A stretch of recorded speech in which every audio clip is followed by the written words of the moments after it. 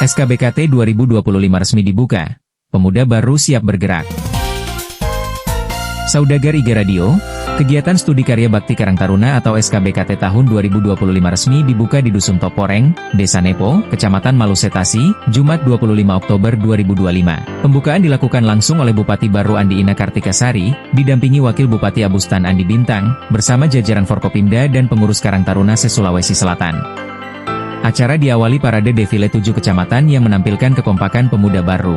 Selanjutnya, dilakukan pelantikan kolektif pengurus Karang Taruna tingkat kabupaten hingga desa dan kelurahan periode 2025 sampai 2030.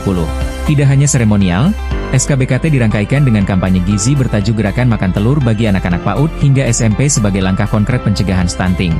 Dalam sambutannya, Bupati Andi Ina menyebut SKBKT menjadi wadah strategis membangun karakter, semangat gotong royong, dan kepedulian sosial generasi muda baru. Terkhusus Kabupaten Baru, saya dan Pak Wakil Bupati insya Allah harus mengencangkan ikat pinggang untuk tahun 2026.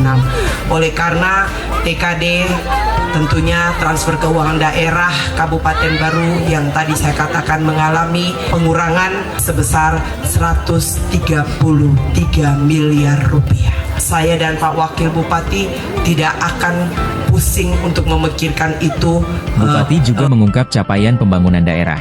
Meski tunjangan kinerja daerah mengalami pemotongan, pemerintah Kabupaten Baru berhasil mengamankan anggaran APBN lebih dari 285 miliar rupiah untuk berbagai program prioritas seperti sekolah rakyat, infrastruktur jalan, pertanian, hingga pembangunan kampung nelayan.